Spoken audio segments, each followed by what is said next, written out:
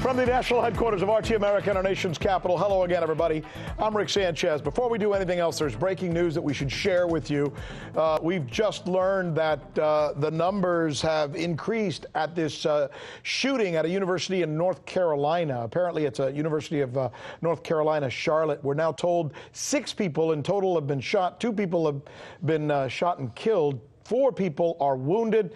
As details come in, we're going to be sharing more about this story with you right here on RT America. You can expect it. Meanwhile, tonight, the U.S.-led intervention of Venezuela got extremely noisy, even dangerous, with at one point a police armored vehicle seeming to run over some protesters while this was going on. Now, we've got a map that we've prepared to try and give you a sense of what happened where today.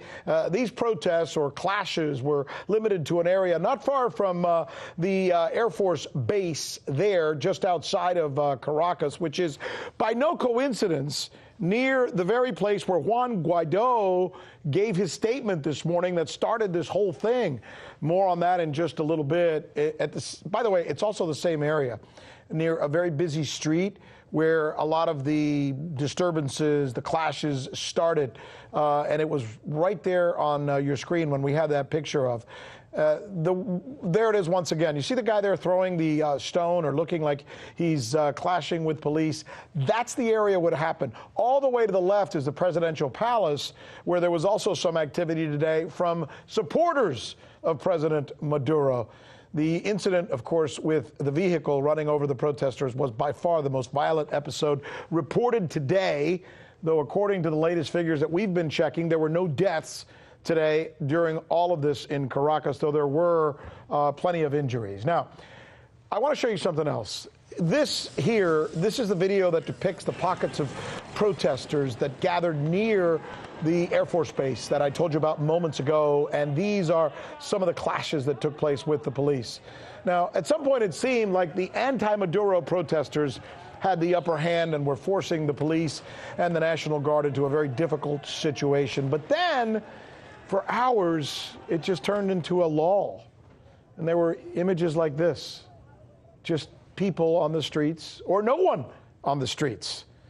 It seemed almost ponderous, yet it was covered live all day long. For the BBC, for example, the BBC network covered this all day long, full-throatedly, and at times showing nothing more than pictures of young men, you know, breaking whatever they could find, for example, or gathering, or even talking to some of the police officials. So if what the Trump administration and the opposition leader Juan Guaido wanted today was the beginning of a revolutionary movement and the capitulation of the Maduro government, they didn't get it. They didn't get it, at least not today. In fact, at one point, thousands of citizens describing themselves as Maduro supporters announced that they were taking to the streets of the presidential palace to, quote, protect their government. And here's how really this all began. Guaido puts out a video where he's seen in Caracas surrounded by men in military uniforms, claiming that the military is now on his side and urging the people of Venezuela to overthrow their currently elected leader, Nicolas Maduro. Here it is. When the international community broadly supported our fight, we would be with the people of Venezuela. At this moment, we make a great call to public employees into a fundamental component not only for the transition, but for the reconstruction of Venezuela to recover national sovereignty. Guaido says that he has an actual list of military leaders who have now joined him, but he didn't release the list, and nor did he identify the men who you're seeing right there standing behind him. And now there's the other part of the story, right? Maduro, he sends out a tweet saying, look, I've spoken to all of the commanders, and they have remained loyal to the government. In essence, what Maduro is saying in this tweet is that the military was still behind him. Okay, those are the basic facts of what happened today in Venezuela. Then there's John Bolton. And then there's the apoplectic media coverage. I don't know if you got a chance to see some of that. And then there's a screaming match at the Venezuelan embassy here in Washington, D.C. And we're going to bring you all of this as fairly and as accurately as we can, trying to drill down on this Venezuela story, because we believe it's time to do news again.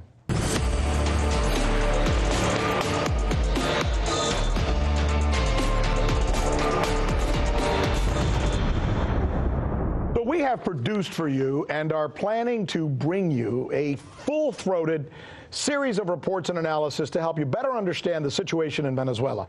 Not with jingoistic banners and simplistic explanations, but with facts, with context. First and foremost, let me try and set the table here for you. You're going to see some of this behind me where we have live pictures, etc. RT Southeast correspondent John Huddy is going to compare and contrast today's so-called uprising in Venezuela with other protests in Paris and even some right here in the United States. Michelle Greenstein is live in Washington at the Venezuelan embassy, where pro and anti-Maduro forces have been facing off throughout the day. You see her there behind me. And then former CIA agent Michael Scher, who is an expert on U.S. interventions, good and bad, is going to give us his take on this latest apparent U.S. intervention. But let's begin by taking you right to the streets of Venezuela with correspondent Lucas Koerner. He's there. Lucas, so is the Maduro government down and out, or is it still kicking? And what is the situation there in Caracas? Take us through it. Yeah, in the early hours of this morning, there appeared to be a small group of National Guard soldiers who were part of the National Assembly detachment, loyal to the part of the opposition-controlled legislature, together with elements of the security apparatus and the National Intelligence Service, who together conspired to attempt to they freed Leopoldo Lopez, who was convicted and jailed for his role in the 2014 violent anti-government protests, and then they went to the Carlota Air Base and attempted to take it over. But as of now, there's no indications of any military support outside of this very small detachment of troops, which Venezuelan Defense Minister Padrino Lopez has said, many of them were deceived into participating in this, and they thought it was actually a drill to, led by the government. And he says up to 80% of these soldiers were deceived. So that remains to be confirmed at this time, but there definitely is. Whatever was meant to take place today has failed. Juan Guaido, he was meant to speak to press at 6 p.m. He is nowhere to be found. Leopoldo Lopez has fled to the Chilean embassy, and there are unconfirmed reports that Guaido has joined him there. A couple of questions that I have. First of all, Guaido's tape, the thing that we saw that he prepared with the military behind him, was that done clandestinely or out in the open? Were the military people behind him or the people wearing military uniforms, have they been identified?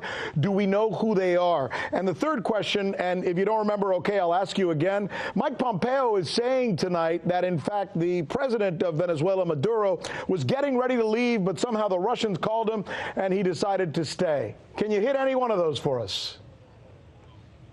Sure. I mean, there's been claims that Guaido has been assembling a mass of deserters, since February 23rd. Yet, these numbers are, frequently ranging from several hundred to 1,000. Yet we don't know the identities of any of these people. None of them are ranking officers that command troops of any standing. So therefore, they're largely irrelevant whether or not they actually are part of the armed forces or not. With regard to Mike Pompeo's comments, I mean, clearly the United States is growing increasingly desperate. And, these kinds of statements, we haven't seen any confirmation, and they could be arguably a psychological operation in the same way the claim by John Bolton that Padrino Lopez and the president of the Supreme Court there was a deal to oust Maduro. There is no confirmation of that, and this very well could be, a psychological operation. Lucas Koerner, good job as usual. We always love going to you there on the streets of Caracas.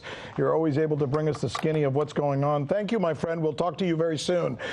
I'm Rick Sanchez. You found us on YouTube, and that's awesome. But you know what? I'm also live every night at 7 and 8 p.m. Eastern on DirecTV and Dish and cable and satellite, the RT app, and Pluto TV. I'll see you there.